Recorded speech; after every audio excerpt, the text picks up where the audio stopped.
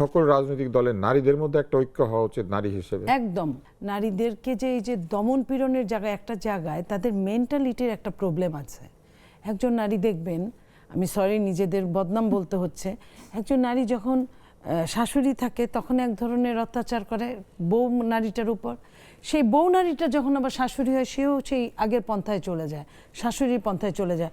ওই জায়গা থেকে যদি আমাদের এই সংকীর্ণ মানসিকতা যদি আমরা এই জায়গাটা ভেদ করে না বের হতে পারে নারীরা, তাহলে নারীদের আমার মনে হয় যে নারীদের বুঝতে হবে যে আমি অর্ধেকের বেশি অনেক সময় ভোটার বাংলাদেশে মতো একটা দেশে, তাহলে আমি কেন এত পিছিয়ে থাকব? আমি সন্তান জন্ম দিই, আমার সন্তানই পুরুষ হয়, আমার সন্তানই নারী হয়, তাহলে আমার পুরুষ সন্তানটা কেন নারী সন্তানের থেকে এগিয়ে থাকবে?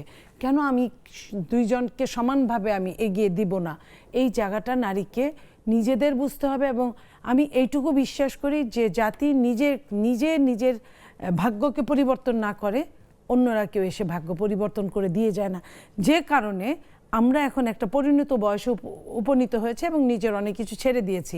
এই যে আপনার সাথে এতগুলো কথা বললাম, আত্মসমালোচনা করলাম, এটার কারণটা হচ্ছে এইখানে যে আমার যা হবার হয়েছে, ভবিষ্যতে নারীরা যারা এখন কলেজে পড়ছে ওরা আমাদের দেখে যে back to the pavilion, no, ওদেরকে বের হয়ে আসতে হবে, ওদেরকে এই জায়গাটা দণ্ডটা হাতে নিতে হবে। সর্বশেষ আপনি যে কথাটা বললেন যে বিশ্ববিদ্যালয়ের নারীরা রাত 2টা 3টা 4টাও কিন্তু মিছিল করেছে আপনার এই জুলাই যোদ্ধা হিসেবে, তাহলে তারা কেন ব্যাক টু দ্য প্যাভিলিয়ন? তারা যাও বা 2-1টা এনসিপিতে ঢুকলেন, দেখেন ইলেকশন আসার সাথে সাথে তারা কিন্তু চলে যেতে বাধ্য হলেন।